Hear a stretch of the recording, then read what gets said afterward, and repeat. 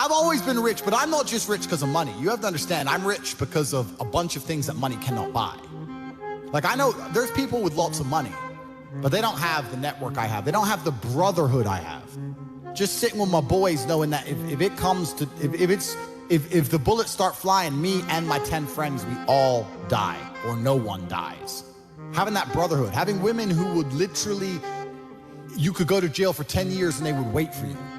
They exist for you and only you, completely and utterly. You are their entire universe. Like having physicality, walking through the world bigger and stronger than everyone else, having all those professional fights, and all the bad things, having the trauma, all the pain, all the bullshit I've been through. You ain't a good man if you haven't had trauma.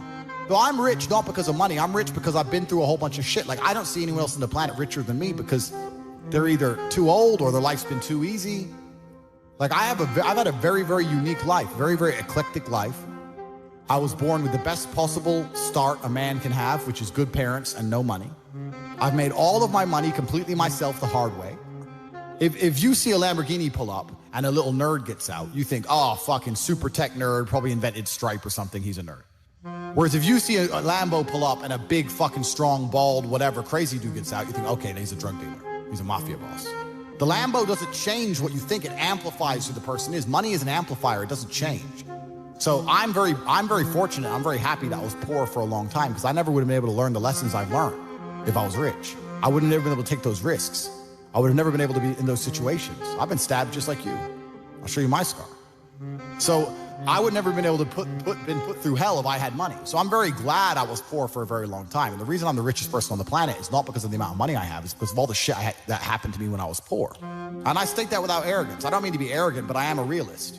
And as a realist, it would be absolutely unprofessional for me to sit here and pretend I'm not an exceptional human being. Because I am. And a lot of those things I did myself. And some of them were God-given. But the ones that weren't God-given was because I put myself through hell. I put myself through hell because I decided to throw comfort away. For 10 years of my life, I was never comfortable. As a man, if you don't make yourself valuable, you have no value. You have to get up and do it. Just like a video game, you start with fucking zero. You have to decide if you want to complete it, you have to upgrade your character. So I find it amazing that men are going to play video games and fuck about and waste their time instead of upgrading their character. Everyone knows what to do. You know what you have to do. You're right. If you had to become the most dangerous, intelligent, respectable man on the planet, you know you're supposed to go to the gym. You know you're supposed to train, learn how to fight. You know all these things. You don't do them. That's your decision. It's your prerogative. I didn't make that choice. I made the choice to do it all. I decided all of it. That every single man watching this can do the exact same thing. And me as a man, when I put myself through hell, when I have had such exacting, such stringent standards for myself, why would I then have less exacting, stringent standards on the people I meet? Why would I put myself through hell to be me and then meet someone who didn't put themselves through hell and then treat them like my equal? No, fuck you.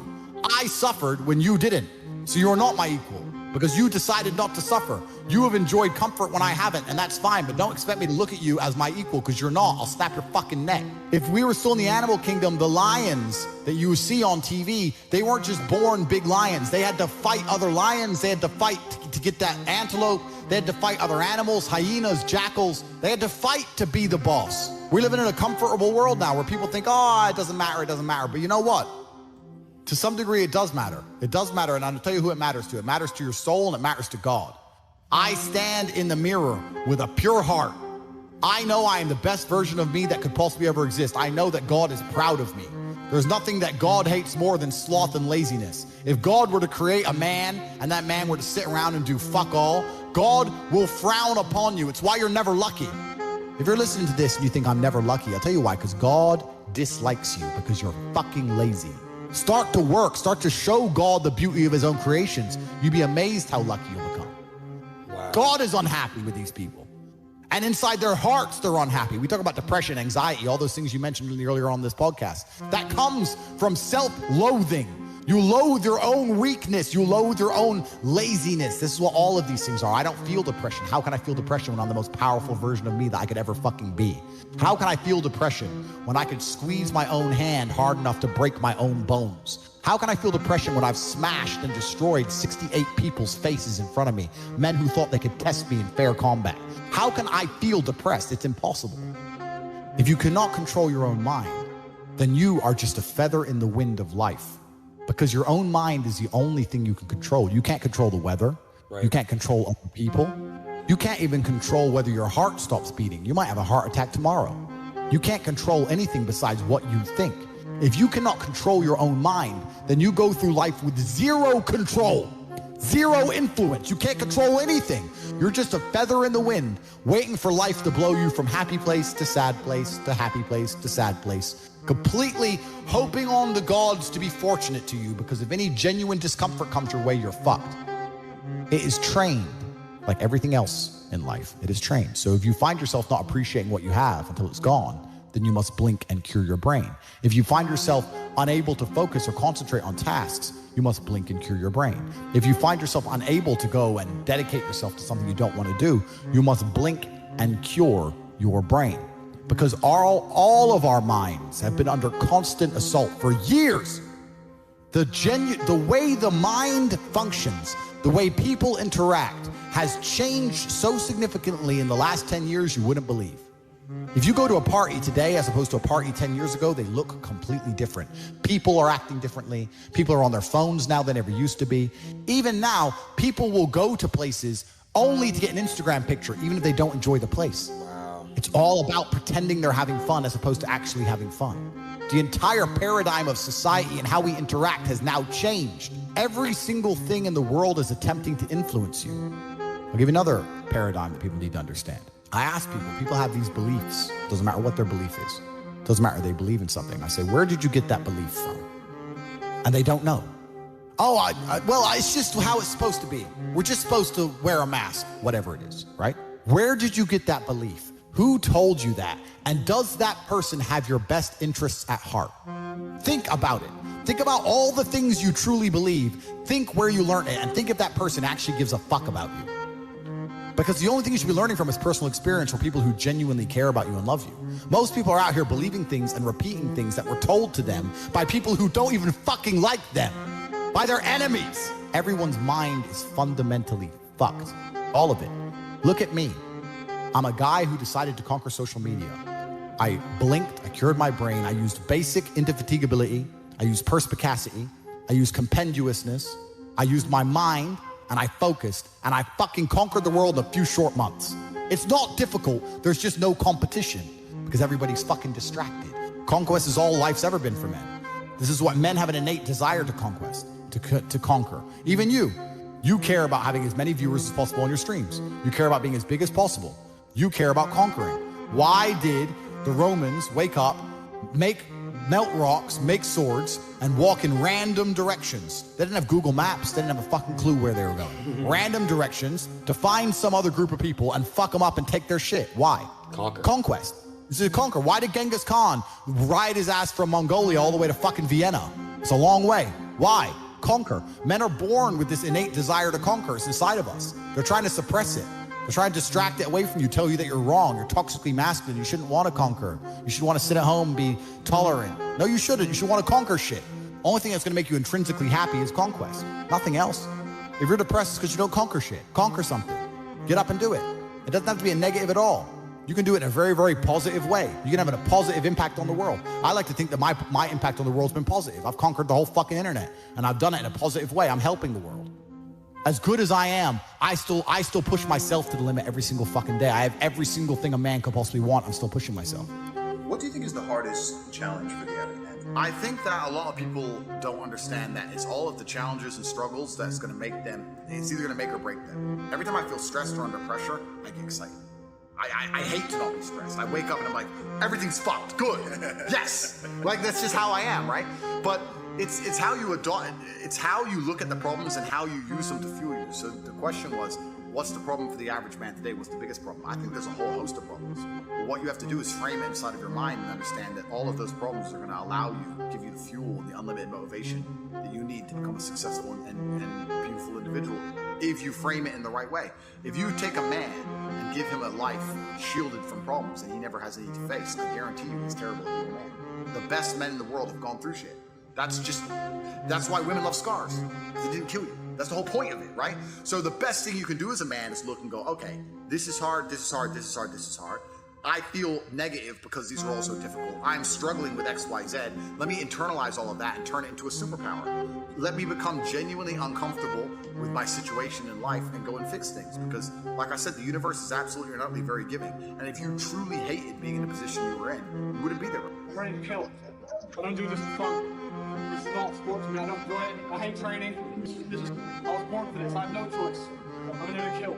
That's it. Hey, that's all I know. If we were still in the animal kingdom, the lions that you see on TV, they weren't just born big lions. They had to fight other lions. They had to fight to get that antelope. They had to fight other animals, hyenas, jackals. They had to fight to be the boss. That's the world. The world has become exceptionally easy for a lot of men. It used to be a different place. Most men were cannon fodder. Most of us would have ended up in wars, dying for fucking no reason. Damn. Now we don't have to do that.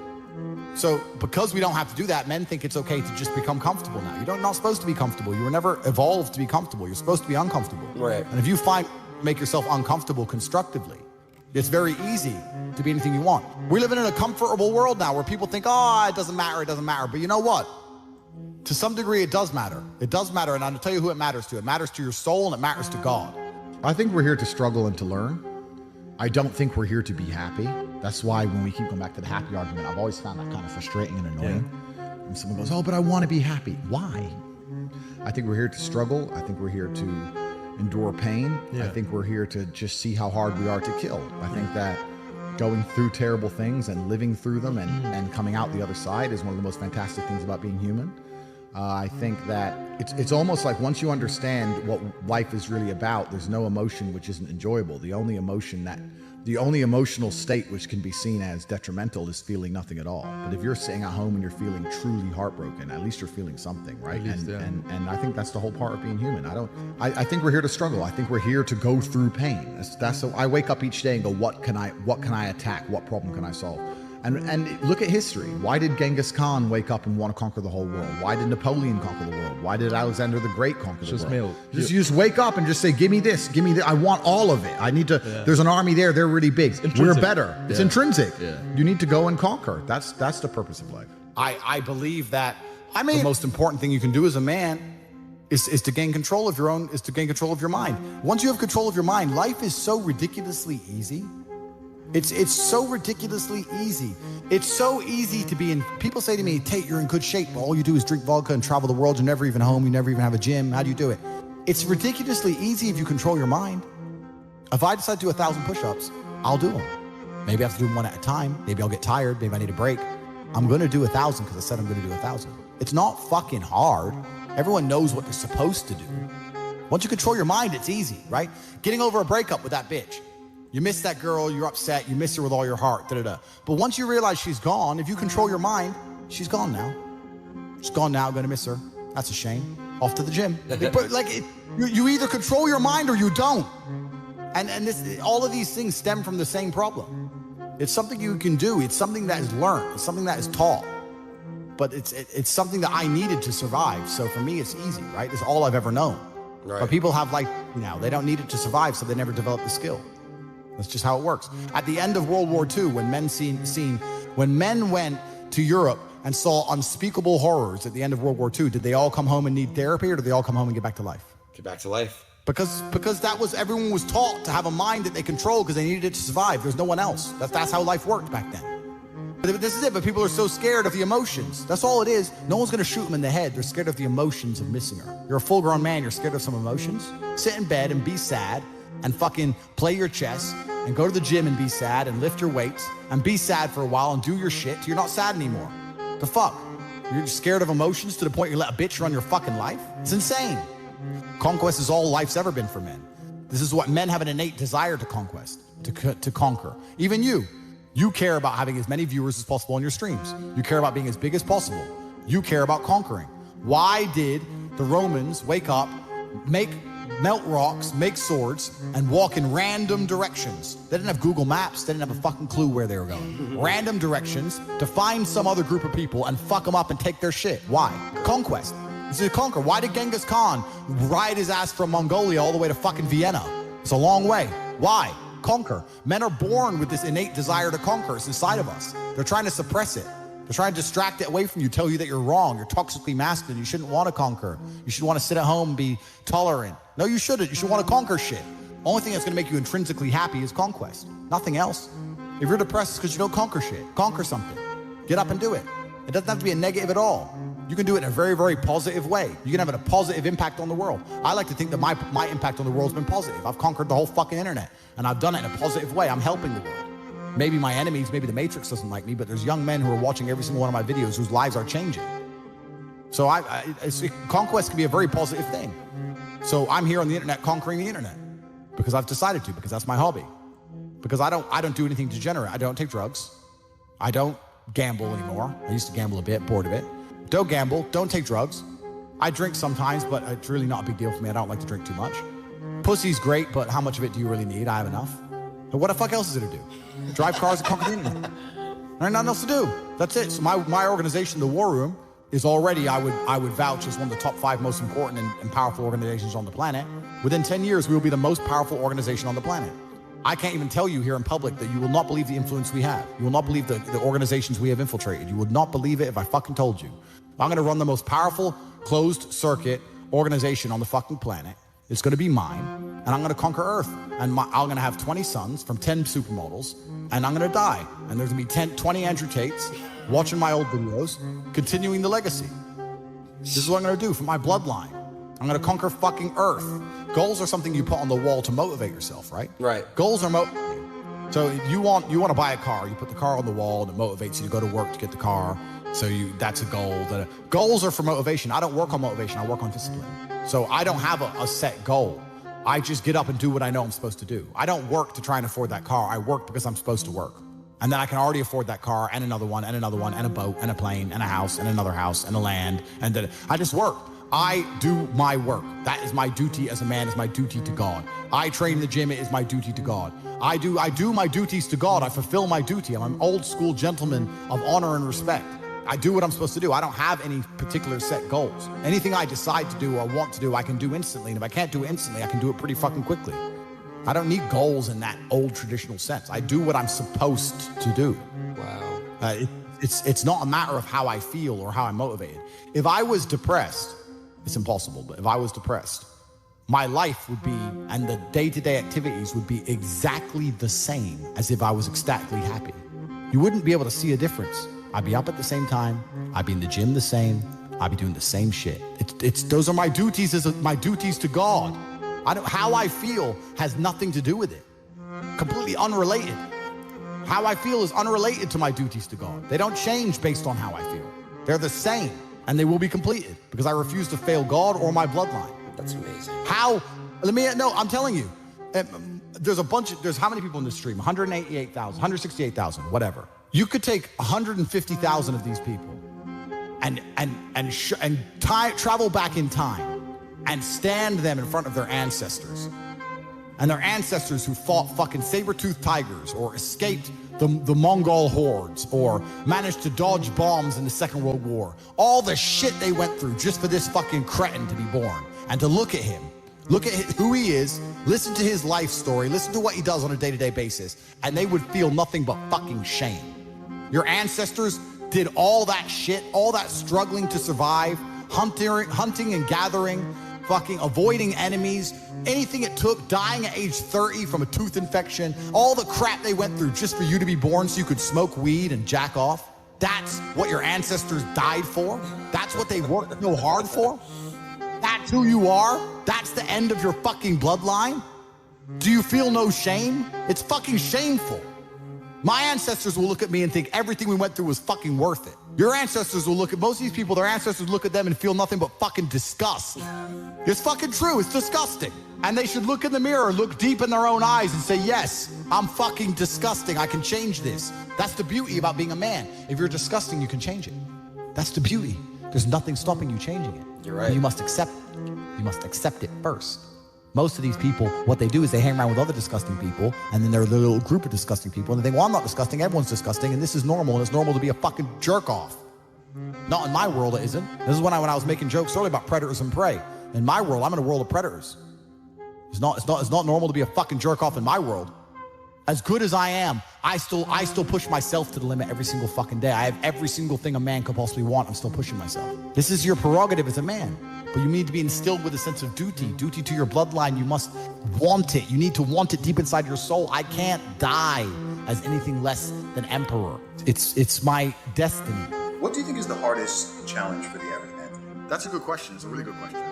I think that a lot of people don't understand that it's all of the challenges and struggles that's going to make them, it's either going to make or break them. I don't read studies very often, but I was sent a study about stress from somebody. It's probably the best study I ever read, and it's talked about the placebo effect of stress. And it said that they took some of the most stressed people in the world, CEOs, etc., and the ones who believed that stress was really bad for them were dying earlier because of the cortisol inside of their blood.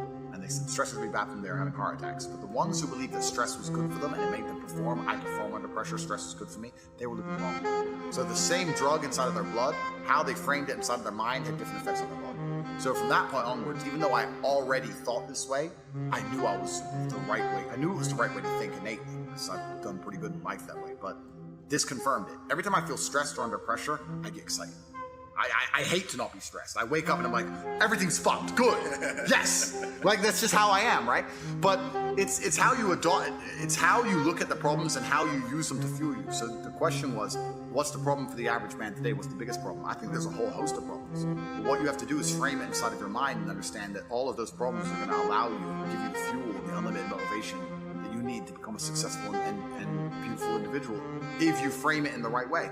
If you take a man and give him a life shielded from problems that he never has any to face, I guarantee you he's terrible at being a man. The best men in the world have gone through shit. That's why women love scars, because it didn't kill you. That's the whole point of it, right? So the best thing you can do as a man is look and go, okay, this is hard, this is hard, this is hard, this is hard. I feel negative because these are all so difficult. I'm struggling with X, Y, Z.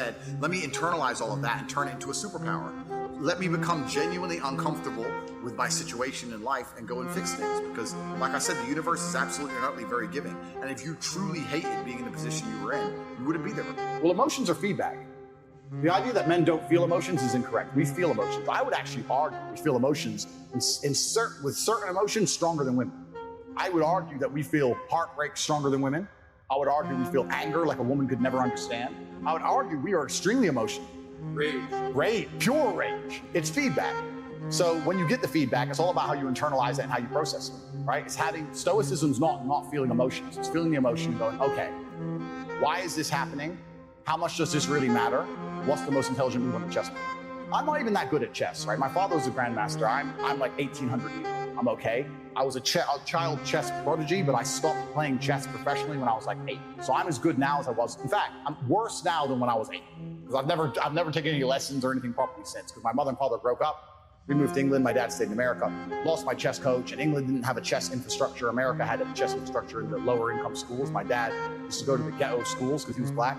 Go to the black schools and teach them how to play chess. So we had a big infrastructure. You peaked at 8. I peaked at 8, yeah. But